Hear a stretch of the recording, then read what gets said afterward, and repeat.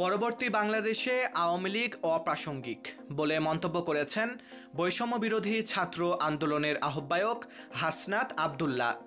শনিবার 15 ফেব্রুয়ারি জাতীয় ঐকমত্য কমিশনের প্রথম বৈঠক থেকে বের হয়ে ফরেন সার্ভিস একাডেমির সামনে সাংবাদিকদের একথা জানান তিনি। হাসনাত বলেন, আমরা আমাদের জায়গা থেকে একটি বিষয় স্পষ্ট করেছি যে নৌকা ডুবে গিয়েছে, সেটি বাংলাদেশে আর কখনোই ভাসবে না। 5 আগস্ট ছাত্র নাগরিক সিদ্ধান্ত নিয়েছে যে পরবর্তী বাংলাদেশে আওয়ামী লীগ অপ্রাসঙ্গিক। সব রাজনৈতিক দল একই মত দিয়েছে যে পরবর্তী বাংলাদেশে আওয়ামী লীগ একটি অপ্রাসঙ্গিক বিষয়। হাসনাত আরও বলেন, আমরা আহ্বান জানিয়েছি সরকার যেন উদ্যোগ নিয়ে আইনি প্রক্রিয়ায় আওয়ামী লীগকে নিষিদ্ধ করে।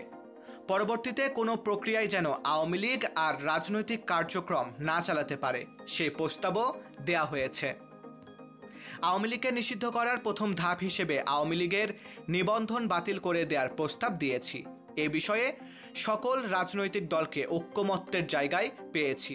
আমরা আশাবাদী রাজনৈতিক শুদ্ধাচারের যে সংস্কৃতি চালু হয়েছে 24 পরবর্তী বাংলাদেশে সেটি অব্যাহত থাকবে।